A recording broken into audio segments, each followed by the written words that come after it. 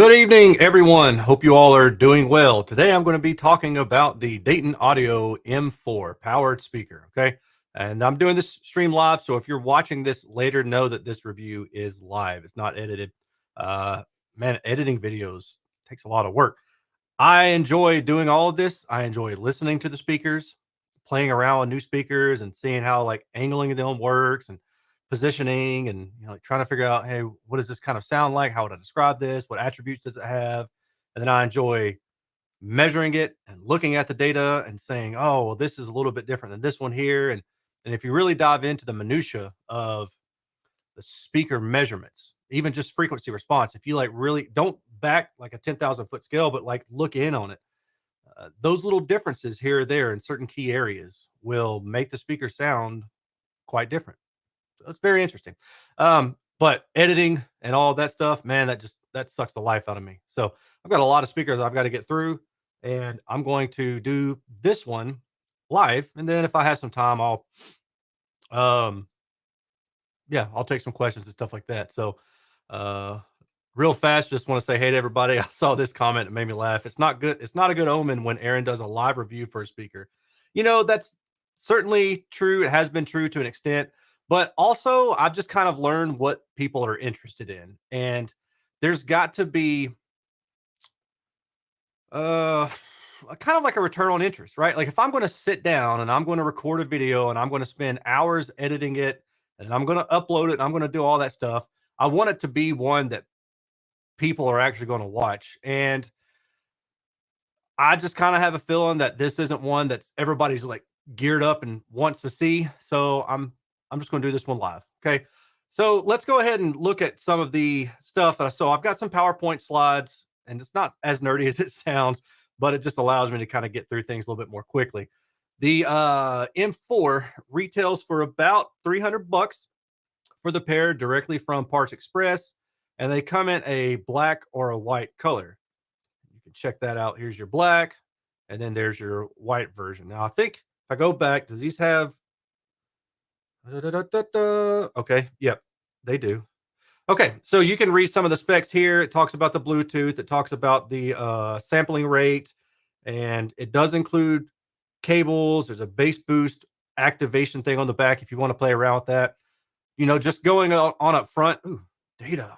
That's cool. I think my main takeaway about these speakers is that the build quality is good. The sound is not bad.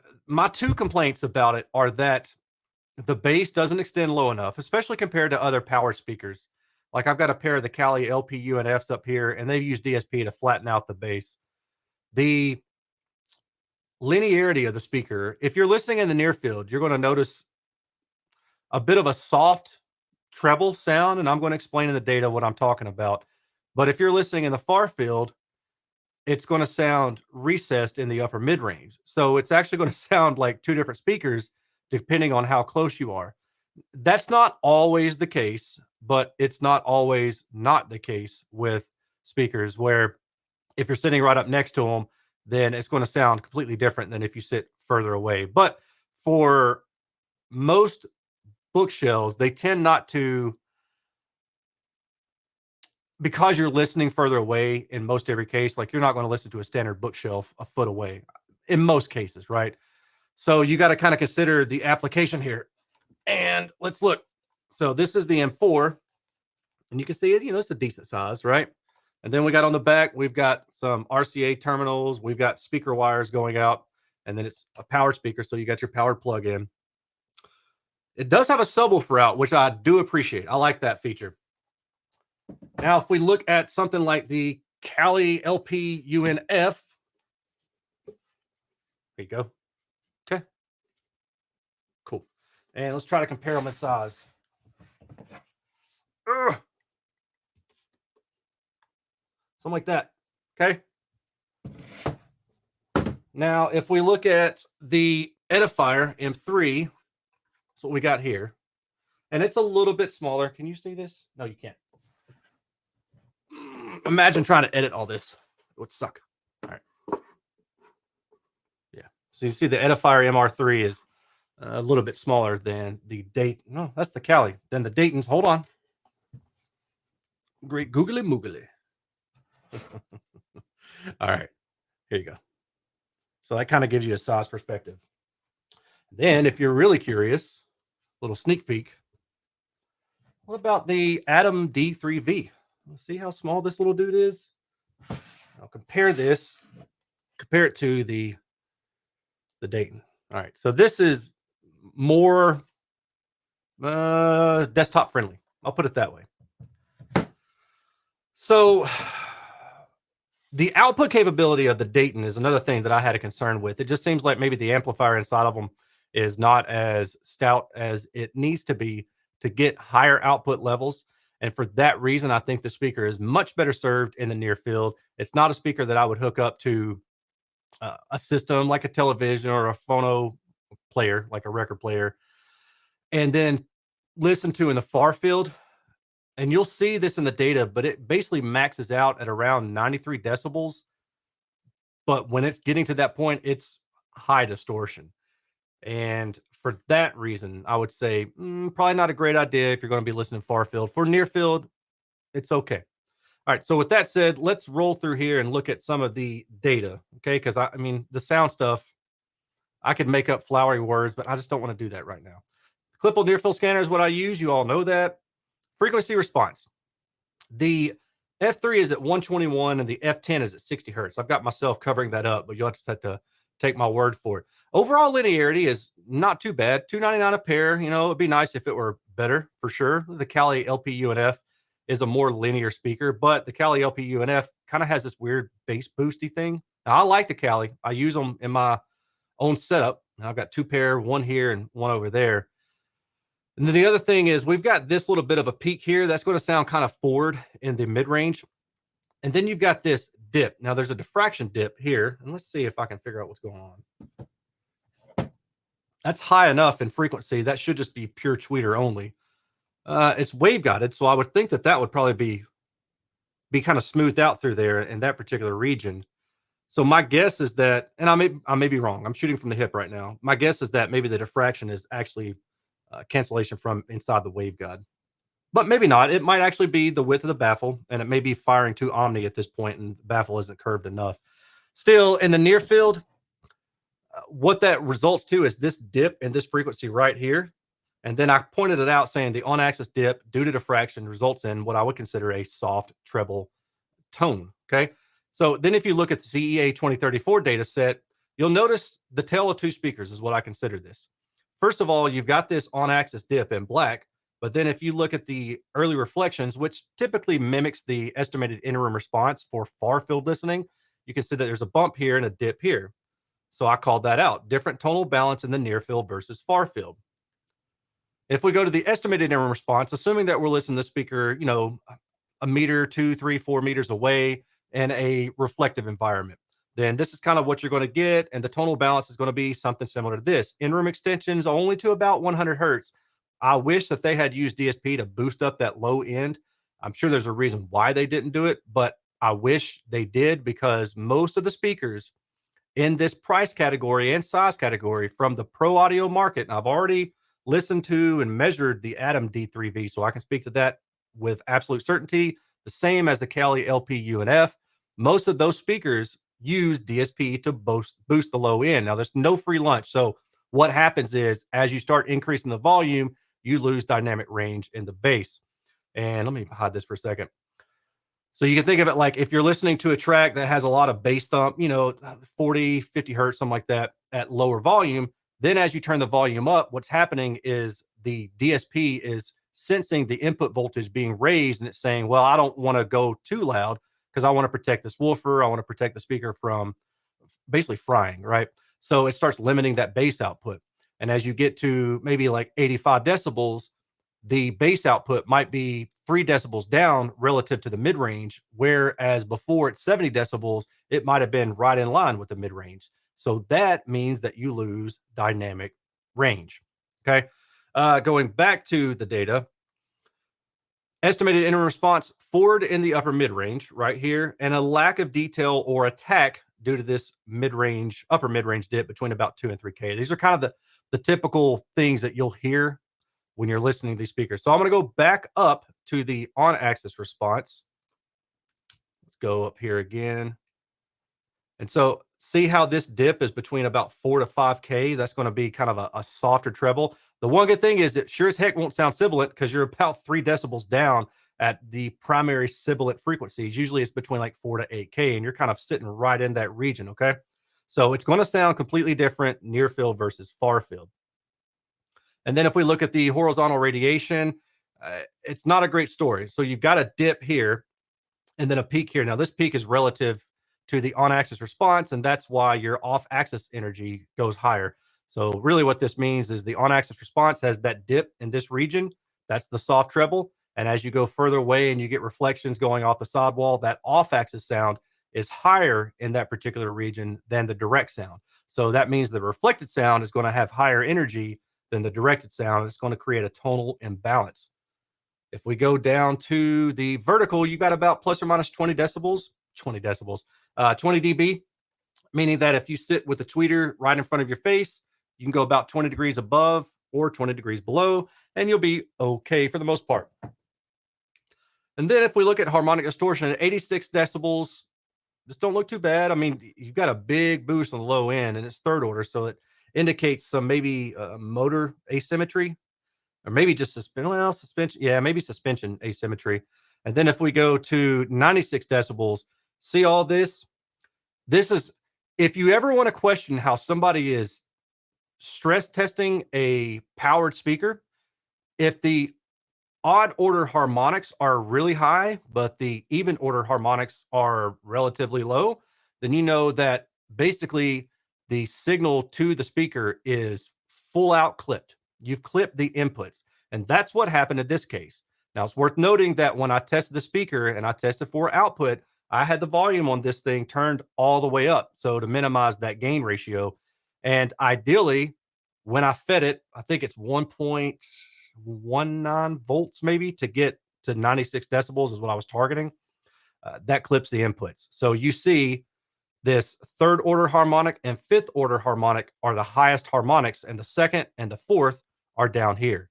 This is a telltale sign of clipping the input. Now you know, keep an eye out for stuff like that. All right, so if we go to the multitone distortion, that's really high. This is supposed to be 96 decibel equivalent, and the next step, 0.44, is about 88 decibels equivalent, give or take a decibel. So this is kind of saying that if you want to stay within like a reasonable distortion range, probably don't go above 87, 88, 89, somewhere in that ballpark. And then if you go to the 80 hertz and up, so if you use a subwoofer, no real difference. At high output volume, it's going to sound very, very grainy. And that is exactly what I heard. I listened to these things well before I measured them. And that's exactly what I heard when I try to really ramp up the volume. That's why I say they're volume limited. Okay. Now, this is something I don't always show, but I show it when it matters. This is multi-tone compression. And I like to use it in sync with the dynamic range compression sweeps that I show. So this is playing a multi-tone signal like pink noise and then saying, all right, this is the output levels that I'm supposed to attain, but I'm not attaining it. In this case, I'm targeting 96 decibels in this green line. That's the 1.19 volt input. And I'm averaging about 3 decibels of compression. So that means 96 decibels minus 3 decibels is 93 decibels. And therefore, I wrote max SPL is approximately 93 decibels. And then if you go to the dynamic range, that instantaneous dynamic range, this is kind of showing the same thing. At 86 decibels, the frequency response is roughly the same as it is at 76. But then at 96, you're losing a whole lot of bass. And at my 102, I don't even see it on this graphic. So that kind of goes to say that 93 decibels is probably still a reasonable number for the maximum SPL in terms of just sheer dynamics. Whereas this indicates that maximum SPL for playback, like constant playback, is approximately 93 decibels. Okay, cool. And that does it for the review. You guys like that? I blitzed that sucker. Woo, that's fun. So if you have any questions, let's go. I'm going to read through the comments, and I'm going to give myself a little while to hang out with you and answer any questions you might have. Okay. But just in case you're wondering what my overall impression is, I think the build quality is really good. It lacks SPL. I feel like they should have used a more powerful amplifier. The softness in the upper treble region or the treble region is okay. I'd rather have it dipped there than peaked there, but I guess if it were peak, you could use EQ and bring it down. In this case, it's a dip due to some diffraction. So you cannot EQ that up unless you just wind up boosting it. Near field, you could probably get away with it, but if you're trying to do that same thing in the far field, then just don't bother. Dun, dun, dun. You can get a pair of LP UNF, LP6 V2, or hell, even a pair of Mackie MR624 MK1s for this price. Yeah. Do the LP6 V2s, are they like, how much are they? Are they 150 a pop? Might be. It's been a while since I've looked. Erin, do you know of Erin speakers? I do not. I'm not even sure if that's a serious question or not, but I'm going to assume it is. What is the best competitor to the LP UNF in the same price range? It's going to be this guy. And I can't. So when we say best, understand that I can't possibly have familiarity with every single speaker out there, right? So it's only the ones I've come across, and I've come across a fair share of them. Most recently, I've gotten in this Adam Audio D3V, and they retail at $299 a pair as well, and they're a good bit smaller than the Cali. And I'll talk about that more when I make a dedicated video for the Adam speaker. The thing I haven't looked at is what's the maximum SPL. So I just know that in the near field, it's adequate.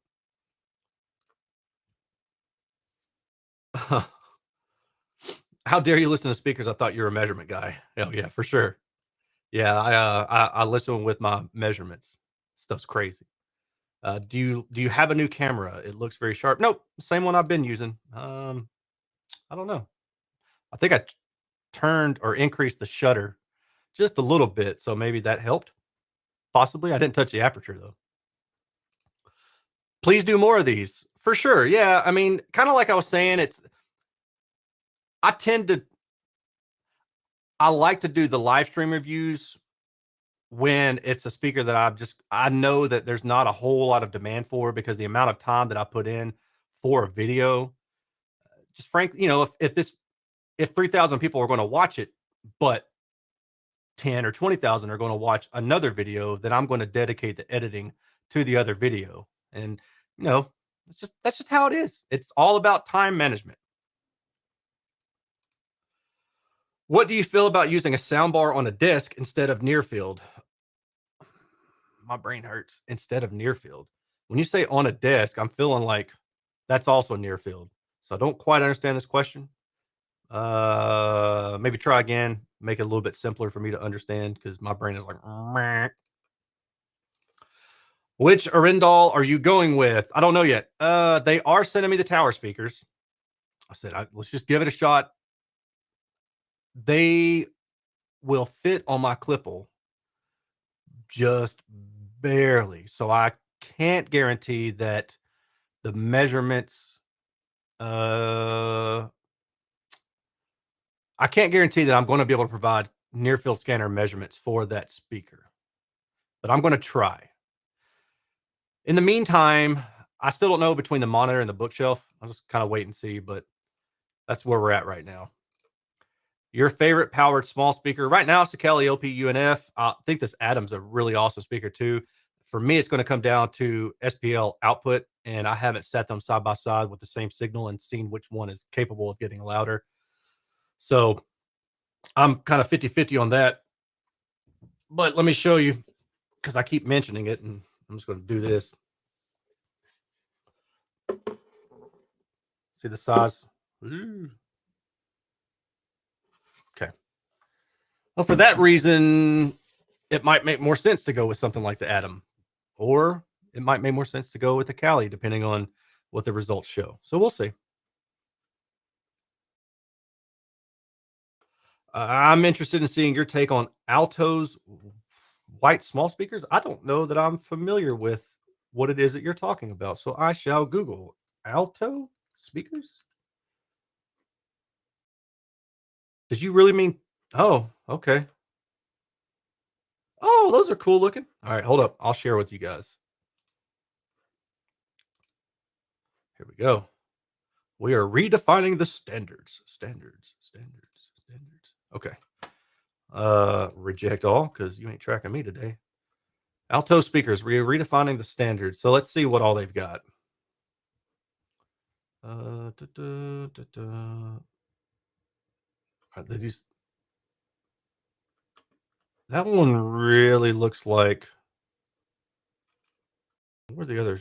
Is this not a cardioid? Okay. Reminds me of that one cardioid speaker that I measured and reviewed a while back.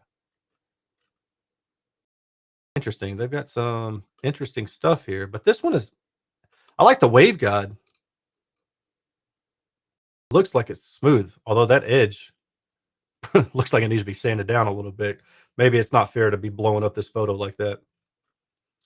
Oh, they've got measurements. Interesting. Okay. They're using Vertex CAD. So it looks like it might in the far field. It looks like it might be a little bit sibilant.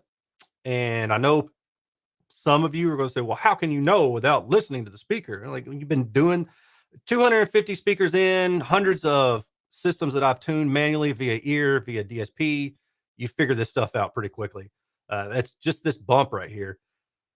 And it's also right there on axis and in the listening window. So at least that tracks, and that should be somewhat constant directivity right through that region. So you could EQ it down if it sounded a little bit sibilant. I'm not saying it absolutely does. I'm just saying that this area hints at it possibly sounding a little bit sibilant, maybe a little bit bright, maybe just because it's a bump between about, what is that, about 4 to 5 and dips down around 6. So depending on the music, the vocal. Like if it's a male vocalist, it may be a little bit of a sharp S. This baffle step kind of looks interesting, but I wonder if that's just a product of the measurement method, maybe like a lower resolution stitching method or something. I don't know that it is, but it just eh, maybe not. Maybe it's full anechoic. I don't know. Not enough information about that speaker to know for sure. This is just me hypothesizing, which is still fun to do. Okay. No, the LP6 have been 200 for a long time. Never any sales under 150. That's what I was thinking. I thought they were about 400 a pair. I have a fully I have a fully working pair of Infinity Prelude MTS speakers. Would you be interested in measuring these? Let's see. I'll do this. Infinity Prelude. That makes me think of the Honda Prelude. Prelude. Got to spell, dude. MTS. Oh man, if it were these, I'd say heck yeah. Stereo file from 2000. Woo, that's an older speaker. I'm just curious what it looks like. I mean, I'm probably going to say no, thank you, just because I've got so much else on hand. I see it right there. And it looks kind of interesting. But I think for right now, I will have to politely decline. I've got a lot of speakers already in the house, literally. And I've got like 5 or 6 pair on the way over the next couple weeks. That's partially why I'm doing this live, or I did the live review, because I need time for other stuff too. Any future plans of testing DIY drivers again? Lots of new tech out there, and we need data on. Is there really lots of new tech? Let me know. Like, give me an example. I just feel like at some point they're all pretty good. Not like I'm not saying the cheap stuff is as good as, and not even saying that price is the indicator. But let me think. Okay, Tang Band, right? Tang Band generally not in the same price category or performance category as a ScanSpeak. Certainly not the price category. Same thing with Purify compared to like a Tang Band or a Peerless or a Timpani. Although some of the Timpani drivers are pretty good, but usually you're going to pay up a little bit more for those too. But to answer your question, no plans for measuring drive units in the near future. That's just in order for me to do that, I've got to build a new baffle, and I'm just not going to do that right now. Same thing for on wall and in wall speakers. I've got to have a baffle to do that with. And that's such an undertaking. And I just don't have my interest outweigh the time that I have for that. I'd rather do other stuff with my time. AV Nut, hey man, you always leave a comment and I appreciate that. Always appreciate your testing and listening opinion. Thank you. thank you for always commenting. That's nice. Those towers are heavy boys. Yeah, you're talking about the Arundel. So let me go and see Arundel Tower 8. Yeah, tech specs. And what do they tell me? 174 pounds. Good God. That's going to be a monster to have to put up on that clipple stand. I'm not even looking forward to that. We'll see. Part of me hopes that when I get it in, well, no, because I won't know until I try to put it up on there. I was going to say, part of me hopes that when I get it in, I can't fit it, just so I won't have to deal with lugging that thing around. But I know you all are very interested in seeing it. And I've said this before, but quite frankly, Jay Ziyagi has some really good measurements. I don't recall all of the measurements that he did, but I know that he's at least got on axis, and I'm trying. I think he has some off axis measurements as well. You would have to go find his video, and I'm going to Google that. Jay Ziyagi, Rendell. Jay's thumbnail for this cracks me up.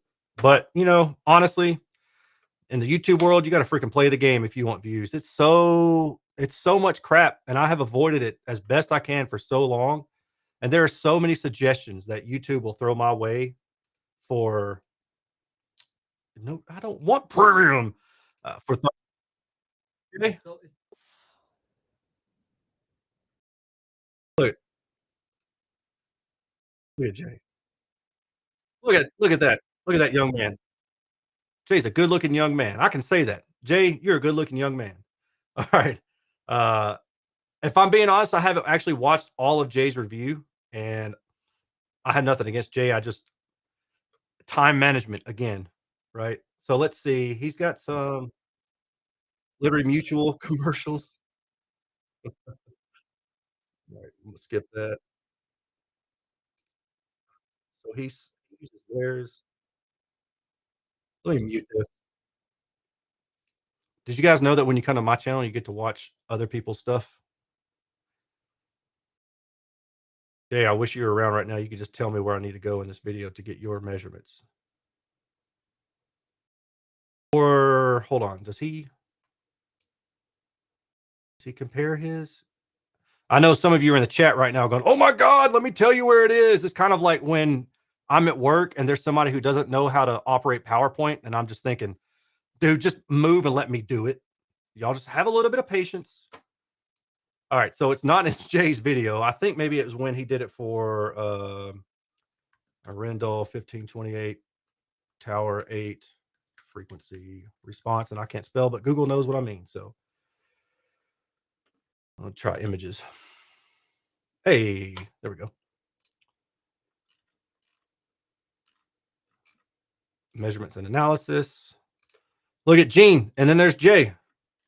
All right, I remember this part where Jay was talking about the reference axis being um, a little bit different than directly on the tweeter axis. I'd have to go back and read through this again. Yeah. Initial measurement tweeter shows an impressively linear response. However, knowing the speaker sits pretty high at the tweeter level, and as per my educational guess, a speaker such as this with a curved baffle and a large sealed enclosure or large enclosure needs to be measured further than 1 meter away. I decided to move. Okay, that's not what I was looking for. Um, okay, so this is the off axis. He's got okay 0, 15, 30, and 45 degrees. Okay, that's a roundabout way of saying that Jay has good measurements on these, but it's not a full 360-degree spin. But he has, if I didn't have my stuff, I would be happy with looking at this because there's certainly enough in here to tell you what's going on. Okay. Finally, those towers are heavy boys. Bodie McBoatface, Billy P. What's up, man? When you say that you don't want a flat in-room response, what exactly do you mean? What are you aiming for when you are trying to equalize your speakers? So, first of all, I will say that my recent, two of my recent videos, if you go back and watch, there's the one where I have a WIM amp on the cover with a Polk speaker and a Numi speaker on the side. That was maybe like a week or 2 weeks ago. And that was something to the effect of like a $500 budget system that sounds awesome. And then I follow that up with a live stream to talk more about how I set up my target curve for in-room response. So if you go watch those, or more specifically, if you watch that live stream, I timestamped it. It's maybe 13 minutes in. Click on that, and I explain it with example, like in real time in the live stream. So I'm not going to do all that again. So go watch that. But I will just quickly say that when I say you don't want a flat in-room response, that's exactly what I mean. And I do have a video explaining all of that too from about a year ago. And it got me on the cover looking goofy with a JBL, I think it's an L100 Classic MK2 Special Edition, maybe, next to me. And then the title's like flat is not equal to flat, something like that. But the idea is that when you put a speaker, how do I word this? For lack of better words, typical audiophile thinking. I see this on forums and I see this from other YouTube guys and I see this in comments so often that it drives me insane. They still conflate flat in-room response with anechoic measurements, meaning that when I measure a speaker anechoically, that is without reflection. And ideally what you want, and it's really as simple as you can think about signal in versus signal out. If you feed a signal in, then you expect to get that signal back out of the speaker. Any deviation from that is some coloration. Now, there are variances to the coloration that you can certainly tolerate and not even notice it. But then there are other variations to it that are very audible. It can be annoying. Sometimes they won't be annoying, and it just varies from there. So if you feed the signal in, you want the same signal out, then you would get a flat, perfectly flat, linear response. I'm talking dead flat. But that's never going to happen because speakers are mechanical and electroacoustical devices, so you're never going to get perfectly flat. So we hope for, something within reason. Most DSP speakers are within maybe 1.5 decibels. Some of them are a little bit tighter than that, tolerance wise. Most passive speakers, especially budget ones, will be plus or minus 3 decibels. And even that window isn't good enough. You can have a speaker that is plus or minus 3 decibels. And let's say that it's minus 3 decibels because it's got a big wide dip. And it's plus 3 decibels because on the back end, it's peaking up in the high frequency. Now, that will certainly sound non-neutral, but it is nowhere near as aggravating for me as a speaker that's just doing like it's an ocean wave, where it's just plus 3 decibels and minus 3 decibels, but it's spread out over a longer period or a longer frequency response. Something like the Triangle Borea, is it the BR03? That's a perfect example of a speaker that's highly praised by a lot of people because of its budget friendly price. But when I listened to it, it deviated so much within the plus or minus 3 decibels. At 500 hertz, it may be 3 decibels plus, and then at 700 hertz, it may be minus 3 decibels. And can you hear those things? Absolutely, 100%. If you have a neutral source, then you can 100% tell it. Like, zero doubt, you could put those speakers side by side and listen to them, and without even thinking twice, you're going to say, oh, there's definitely something different. So getting back to the flat on axis thing, flat on axis anechoic is different than flat in room. So when you put a speaker in a room, you've got boundary gain from the walls and things like that. You've also got typically tapering high frequency response. So as that high frequency response is tapered more and more forward, there's less reflection. So there's less energy being combined with the direct sound. So because of that, what you typically will have is a downward sloping response in the room. So the bass is going to build up and enhance the bass level, and the treble is just going to start falling. The rate at which that decline will vary. So let's see here. So something like Klipsch speakers, most of the time, they don't have a very wide dispersion angle. That horn is waveguide really is, and yes, I know the difference, but what I'm talking about for this case is the waveguided aspect of it is so tight that it keeps that radiation pretty narrow at about like 60 degrees total.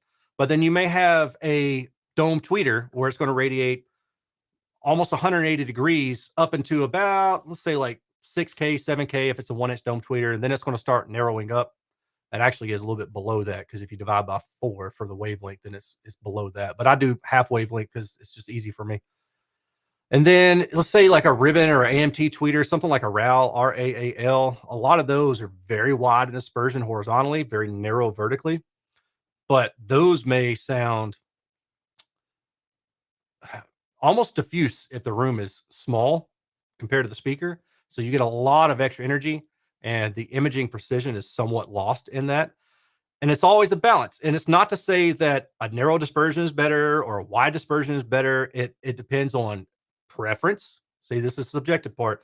And it depends on your room, which also rips right back into preference as well. So when I talk about the decline, the slope rate, it could go a little bit more shallow or it could go a little bit more steep. And that would be up to you to decide which one do you typically prefer. But just to reiterate that flat in-room response is going to sound bad. It's going to sound like there's no bass and it's really sharp and shrill because you're used to hearing the accentuated lower level bass from the room gain, and then the tweeter should be kind of narrowing up. In my car audio days, when I first started out with RTA and measurements and all that stuff, back then it was you were trying to RTA to flat or EQ to flat in the car, and it always sounded terrible, and I didn't understand why.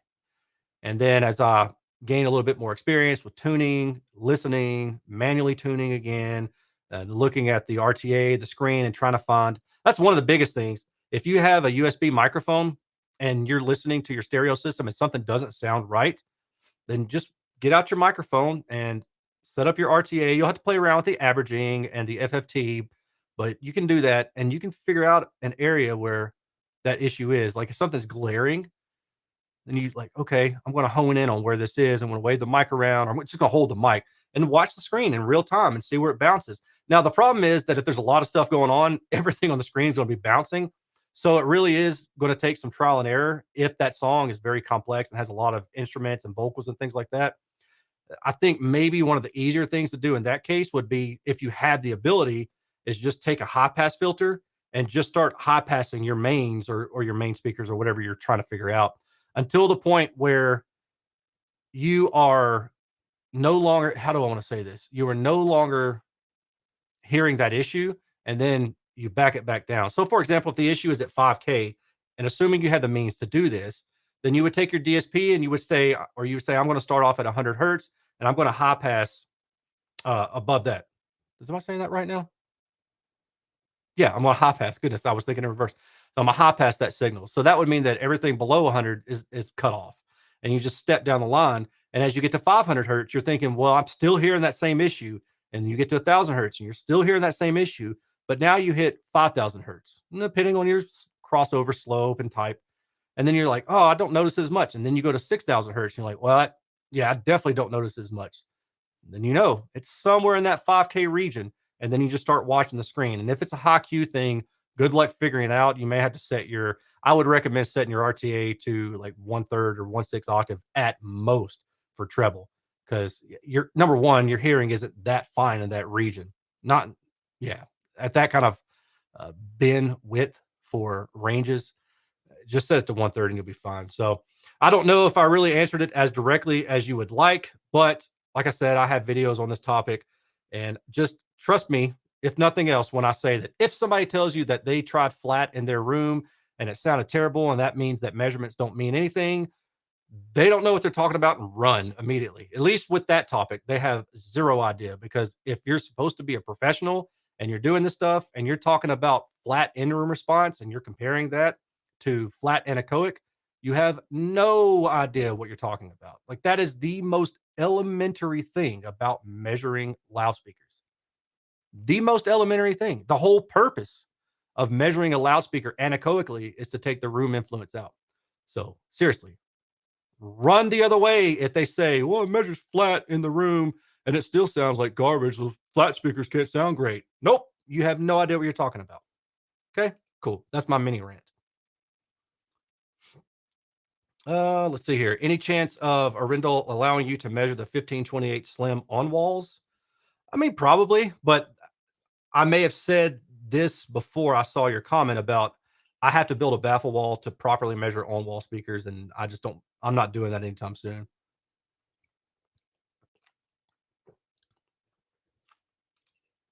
Review the Dayton T65s. They are game changers under 600 bucks. I love that term, game changer. Game changers and giant killers, and beats 3 times the price. I was just Googling. I meant to Google Dayton T65. Let's see. The pair of them. Nope, I'm not doing that. Let me show you all what I'm looking at here.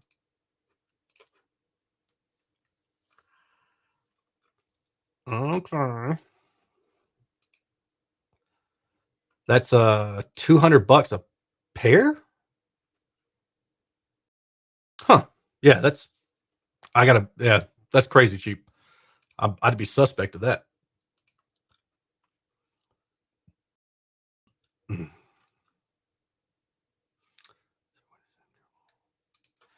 Is there a way to sim near wall in desk low end gain on probably estimated in room response? Is there a way to sim near wall in desk? Mm, I'm not sure what you're asking, but I think the answer is yes. They're pronounced like Arwen from Lotter, Lord of the Rings. Like, first of all, I don't do Lord of the Rings. Plus Roald Dahl, Arwen Dahl, not A Rindle. Thanks. I think now I'm purposely going to call him A Rindle. Kind of like Aaron. You done messed up, A Rindal. Hey, $25 super chat from Ole. My amp is buzzing inside. Thoughts on DC blocker? I mean, if that's what's causing the issue, if the amplifier is actually buzzing inside, honestly, I would probably get it looked at. I mean, it shouldn't just be all right, some cheaper amplifiers will buzz inside. Um, I've noticed it more when I'm feeding them with like a tone, or if I hit it with a sine sweep or multi-tone even. But yeah, if it's buzzing, it sounds like it's buzzing inside, it might be time to get that thing checked out. I'm weary when it comes to amplifiers doing things that aren't normal,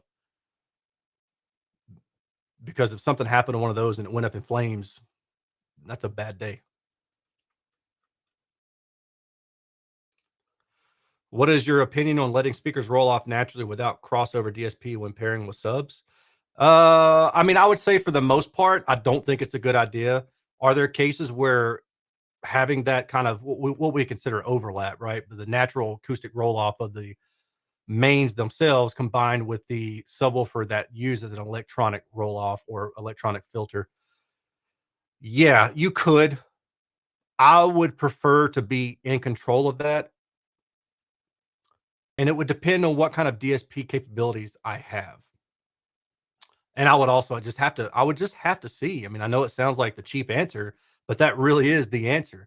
There is no blanket answer for that. But I would just say, generally speaking, I would prefer to not let it roll off on its own, because sometimes overlap can cause you more issues than not. It's kind of like, I guess if you think of it like having your tweeter and your mid range without a proper crossover, and your mid range is maybe playing too high and your tweeter's playing a little bit too low. There shouldn't be any destructive interference there. But I think that the main benefit in that case is going to be just the improved dynamic range. So subwoofers can play higher, but a lot of them will suffer inductance issues, which will cause the IMD to shoot through the roof, especially the higher they play, and if they don't have asymmetrical linearity in the motor, and especially shorting rings in the motor, then that's going to cause you higher frequency issues. That's going to perpetuate into the mid-range area, despite you having a high pass or a low pass filter on it, even at 100 hertz. So you've got to be careful of that. Now, having said that, There are plenty of times where you can totally get away with low passing your subwoofer at 200 hertz. So that's a different topic, but you could, that's totally doable. But getting back to the main question of would I use a crossover on my mains, the biggest gain outside of trying to deal with the room acoustics and hoping that you get everything aligned in terms of, especially in terms of phase, would be the increased dynamic range, because now you're not asking as much of that speaker on the lower end. And to me, that's matching dynamic range between mains and subs is a topic that I don't believe I've ever seen addressed, but it is a concern of mine. And the way that I've done it in the past, I haven't set up my room with subwoofers, but the way that I've done it, especially for my home theater, was to start running compression sweeps in the room. And so I did that with my mains. I, when I built the enclosure, I want to say the tuning frequency was like 60 or maybe 70, somewhere in that ballpark, but they were 15-inch pro audio mid woofers that had a sensitivity of like 98 decibels. And I didn't plan on crossing them low anyway, because I had two 18-inch subwoofers and 4 cubic foot enclosures, I think tuned to like 18 hertz. And those things were beasts. I mean, they were going to take over as much as I needed to, but I also didn't want them to cross too high because they were separated from the 15s. And an 18 is going to beam a lot lower than a 15 for sure. I don't even know what the number is for that, but let's just ballpark it and say it's like 200 hertz. So I definitely needed to be below that, but also I'm pretty far separated from the mains the way I had it set up. So what I did was I played around with the crossover configuration after I ran the sweeps with the speakers wide open. And then I could see like this is a part where my mid woofers are really just starting to give out. And luckily, the subwoofers weren't giving out through the mid range, so I didn't really have to worry about that. But it allowed me to make sure that I was matching and staying consistent with my dynamic range. Because what I didn't want to have is I didn't want to have bass at 70 hertz, and then when I crank it up, home theater, keep in mind, when I crank it up to mid 90s or something like that, that there's some kind of discrepancy. Like I'm missing 2 decibels between my mains and my subwoofer because my mains just they're being asked to do too much. There's not a lot of throw in a speaker that a 15 that has 98 decibel sensitivity. There's just not a lot of throw for you to do that kind of stuff with. Okay. Oh, $10 super chat from Ross. Thank you, man. If you had $2,500 to spend and all the tools, would you DIY a speaker kit or purchase a pair? If you choose DIY, what would you choose? Hmm. Would I would I do a DIY speaker kit? Well, the okay, two things. Number one, bang for the buck is going to be there with the kit. But secondly, there's some really good kits out there, but there are also a lot of really good speakers that are ready to go. So when I see people say that, well, the kit's a better value, if it's a good performer, it is, but you don't know. And in the DIY community, I'm a member of it, even though I haven't built something forever.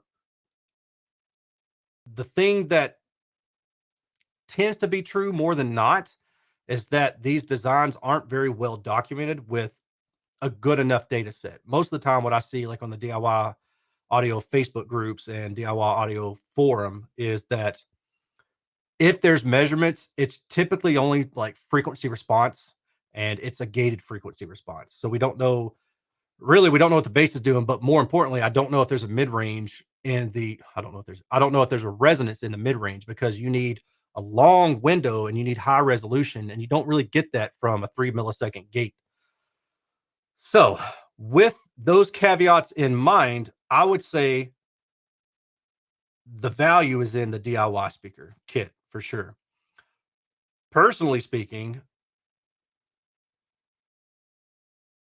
I would have to weigh out the time for me. They say time is money, and I don't have as much free time as I did when I was 20, 18, 20, even to 26 is when my 27 is when my daughter was born. And then all of my free time just kind of went out the window.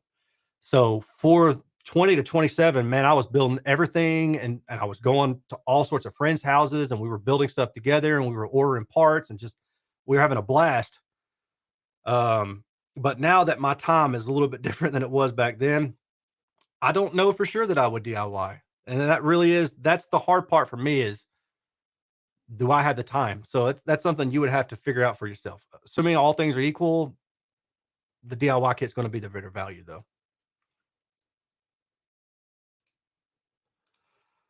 Off topic, but do you have any DIY projects of ScanSpeak speakers or anything in the future? No. And then what sucks about that is I've got their 10F full range, the 8 ohm version, which is a fantastic full range. Most full range speakers are garbage because they just break up like crazy and their off axis response is terrible and it's not predictable and you can't EQ it because nothing's the same. But the 10F 8 ohm is a really good full range. It's low sensitivity. And when you put it in a box, it's going to lower the sensitivity even more when you put on a baffle. But I was going to do a full range speaker with that a couple years ago.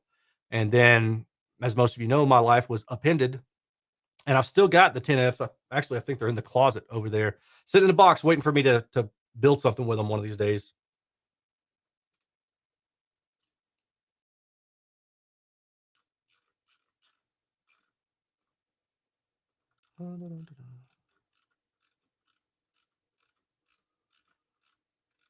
Okay. Just bear with me.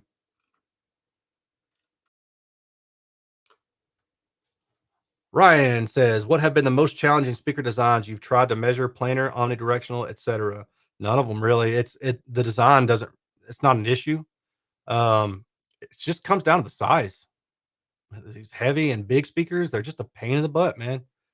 But the design itself really has no bearing on the ability to measure it. So I'm asked that a lot though. Like, can you measure planar speakers? I'm like, yeah, it's not a big deal. So, oh, here's a question. Anyone know whatever happened to usher drivers? Man, I have no idea, but I would be curious to know that answer as well.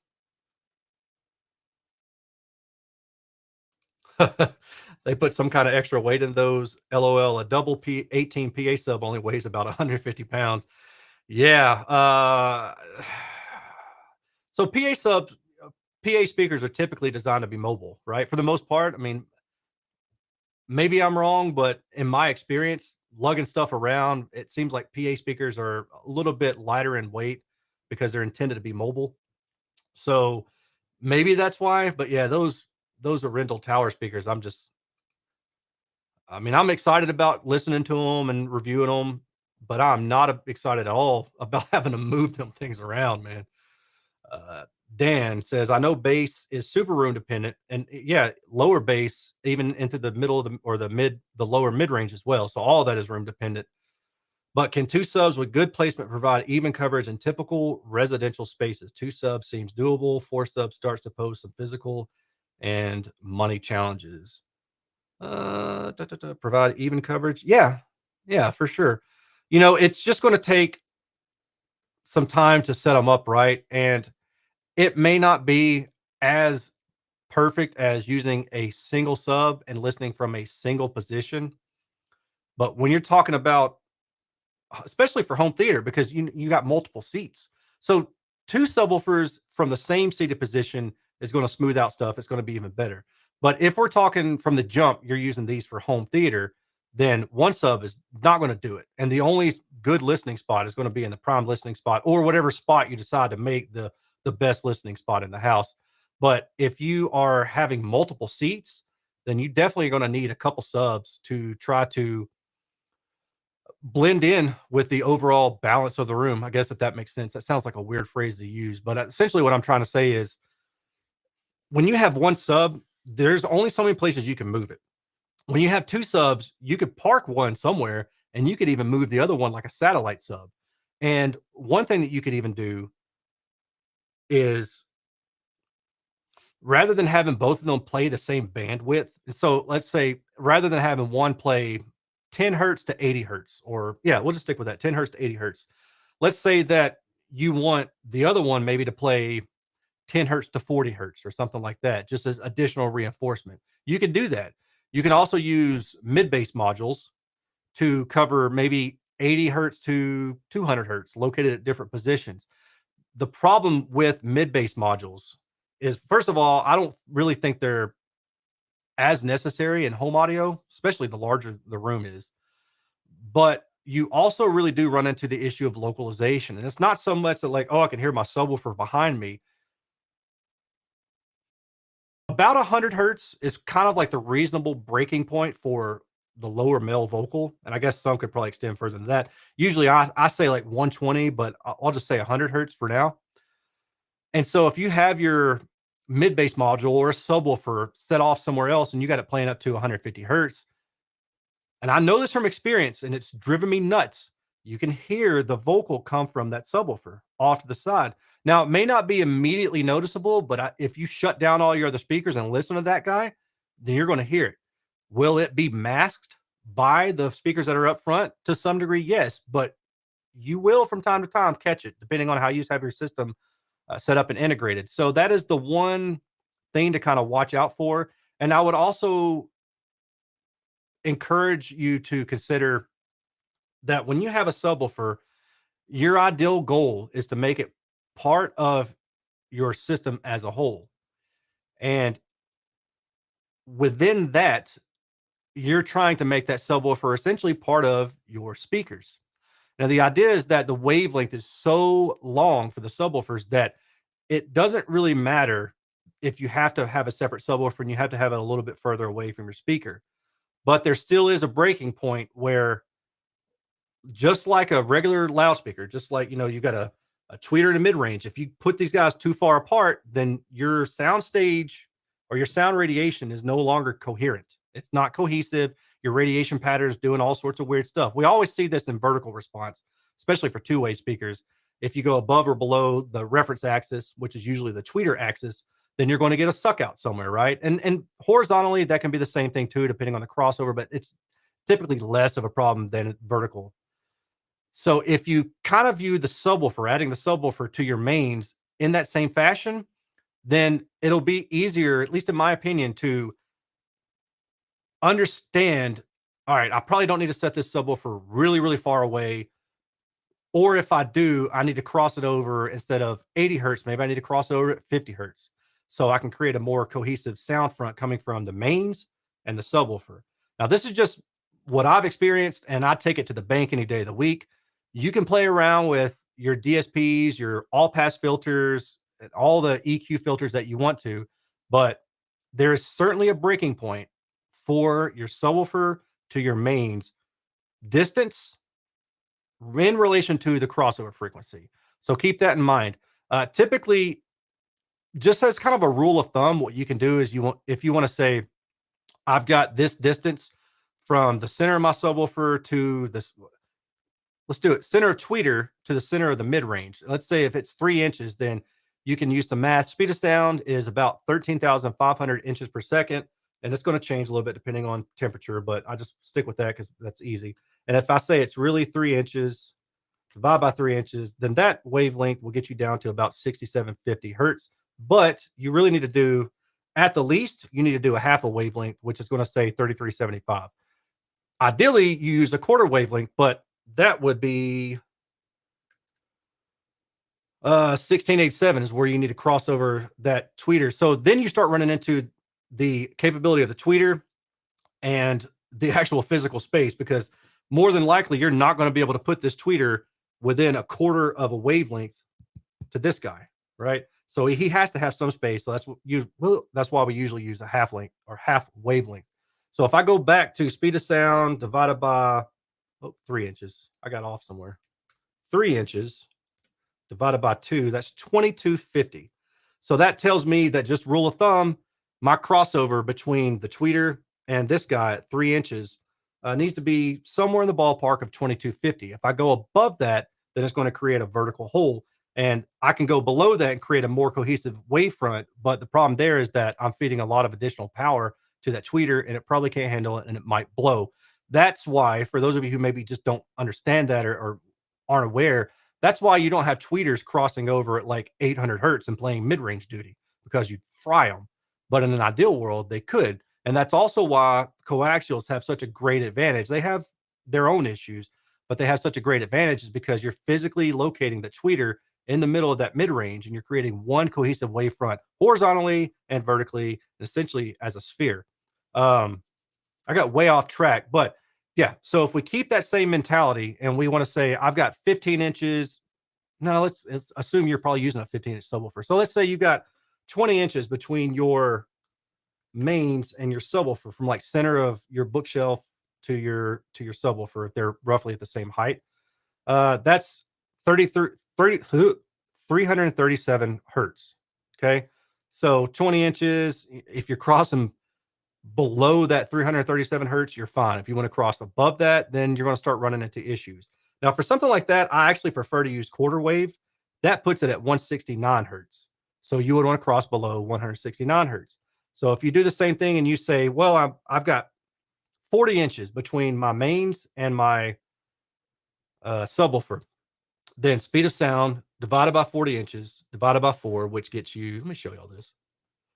That's math right here. Speed of sound, 13,500 inches per second divided by 40 inches. Distance between the speaker and the subwoofer center of the cone is good enough.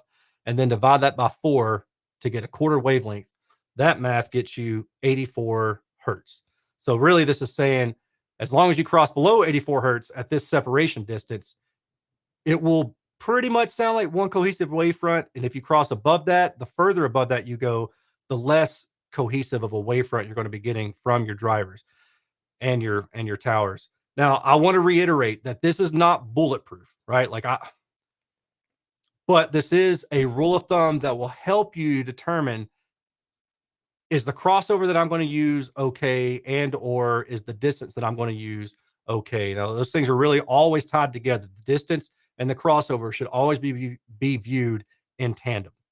I hope that makes sense.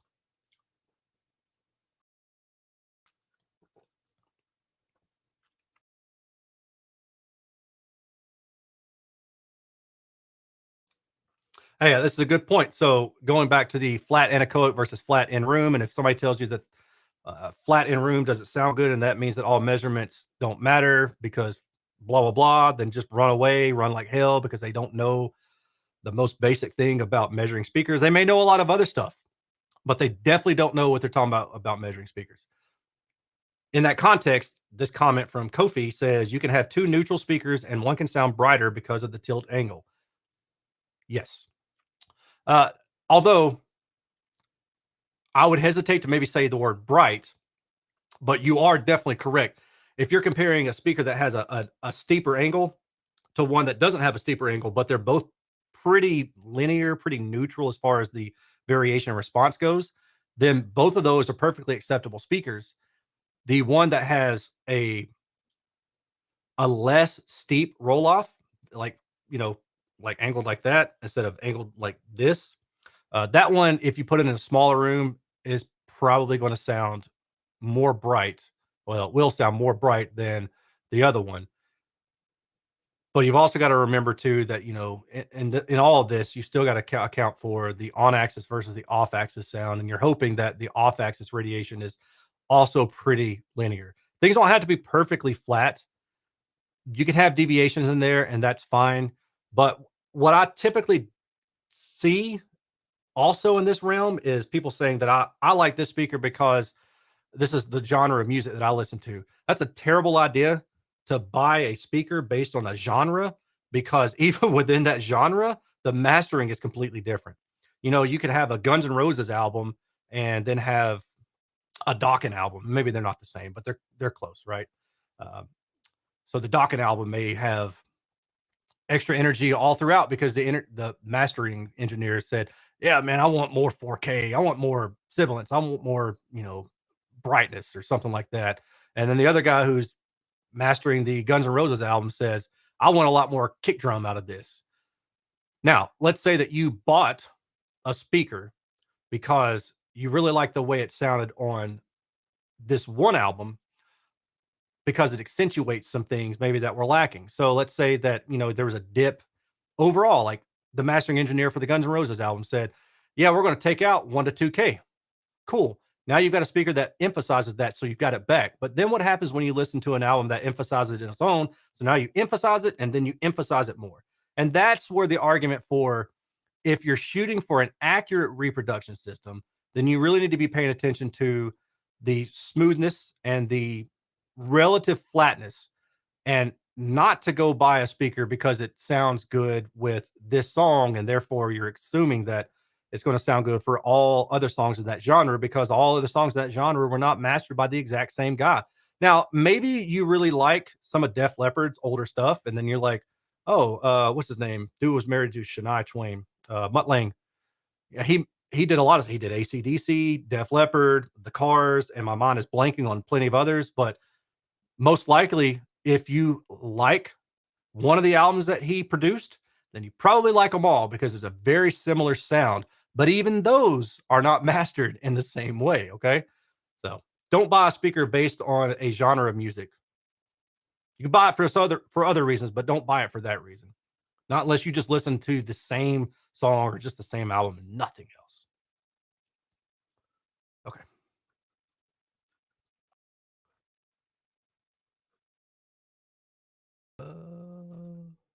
Oh, holy cow. Have you ever thought about doing a Room EQ Wizard tutorial? If not, are there any others on YouTube you think are good? Yeah, like 2011, I did one. I think I hit it. You might be able to go search the depths of my YouTube channel and find it, but it was bad, man. I made it with my phone. I was in my garage, just tuning my stereo in my car, and a lot of people didn't know how to use REW, so I was showing the screen on my laptop, then I'd walk back to the car, show how I had the mic set up. It was not the kind of quality that you would want to put out for an actual tutorial. But this was when I didn't do YouTube. I just had a YouTube channel for myself, and I would take these videos and I would upload them onto the forums so people could understand what I'm talking about because typing all that stuff is kind of a pain, and sometimes it doesn't really make sense when you type it. So yeah, but there are others who have tutorials out there. The ones I know of are the car audio guys, and I can't think of their channel names off the top. But if you search for REW and like car audio or something, you should definitely be able to find that. And it really translates to home audio just the same. In fact, learning car audio is like so much harder than home audio. It's not even funny. So if you hear somebody with a good car audio system, then you can pretty much guarantee that they know what they're doing. Yeah.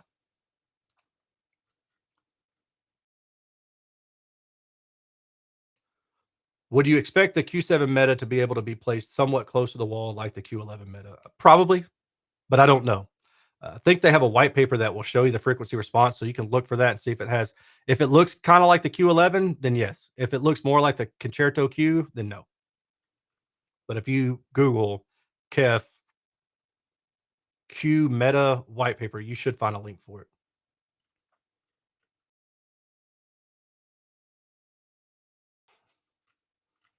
Time is it 8:30? Okay. Well, you already have a great DIY reference kit built for you. Perks of a reviewer. Yeah, for sure. But I paid for that speaker. Yeah, I mean, I got a good price on it because then we'd have to ship it back to the UK, but I paid for that speaker. So yeah, it's a perk that I got to play around with it and check it out before I bought it. Mm-mm.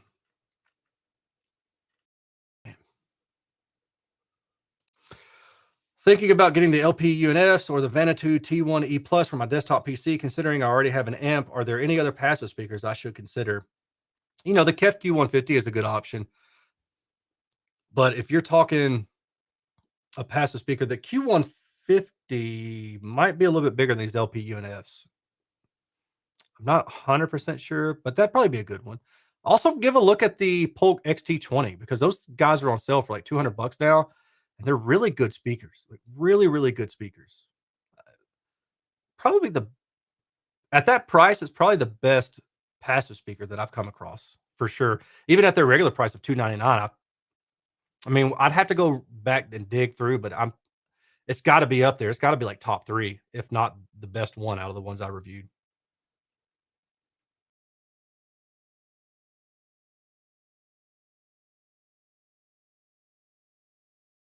Mhm. Hey, Erin, have you heard the Odyssey Evo A1 tool? Would love to hear your thoughts on it. It's an online tool that allows REW to run on top of Odyssey. No, I have not. And while I'm thinking about it, Magic Beans is my buddy Joe's brainchild, and I haven't used that either. So, because I know some of you messaged me and asked me, "Hey, are you going to review that?" And I will at some point. but I just haven't done it yet. So yeah. But the low frequency deployed to Twitter. Okay.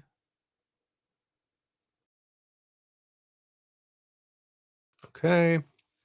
Hey, Aaron, I'm a fan of Kef and Genelec speakers, and I'm in the market for a pair of Genelec speakers, in particular the Ones series. Those are really good speakers. I am thinking between 8341A and 8361A.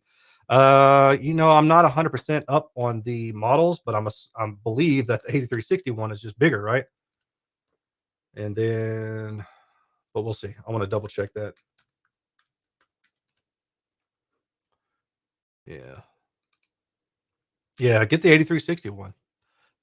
I mean, if you're looking at both of them and you're asking me, I'm going to say get the bigger one because it's going to have lower bass. And if it doesn't necessarily even have lower bass, it's definitely going to have more dynamic range for it because their limiter is. I haven't tested it myself, so I cannot say this with 100% certainty, but I'm going to say it with like 99.2.8.7 certainty that the bigger one is going to have a less restricting limiter on it. So you should have higher dynamic range. Now, the only thing that probably really comes into play there would be, do you have the space? Like, is space a premium? And if you're going to be listening in the near field, you may not need the extra dynamic range. But if you're asking me and you've got the money for both, I'm going to say, hey, get the bigger one. That's exactly what I would do. Although on the flip side, get the 8341 in a subwoofer. Hey, that's not a bad idea either. I guess it really just depends on your setup.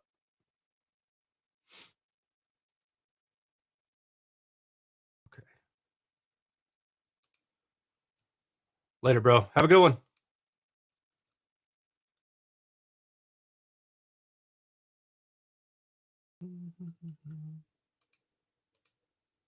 Hey, man, I appreciate that. Thank you.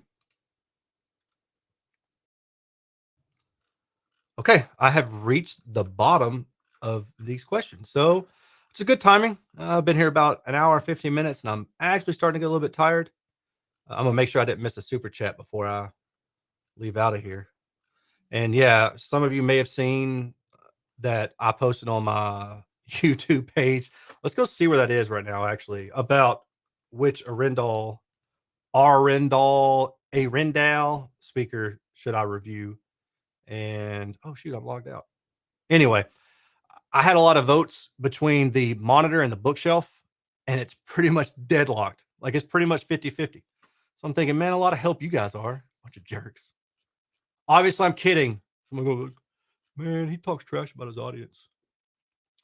Not really. Only behind your back. Hey, Medusa says, please measure the new Atom Audio D3V. I believe I will. Oh, wait. I already have. Yeah, these might be my new desktop speaker just because they're a little bit smaller. And it would be nice to get some of that space back. But the Calliope UNFs, where I'm running now, and they definitely do their job. So may just be what I expect, other than linearity. I expect that the difference is probably going to be in SPL. And I'm expecting that the Cali is going to have more output capability, but we'll see. You don't know for sure until you know. All right, y'all. Well, I am going to end it here and get myself a shower because I stank. And yeah, hope you appreciated the review. Quick, to the point, as much as I could make it. And I appreciate you hanging around, asking any questions you have.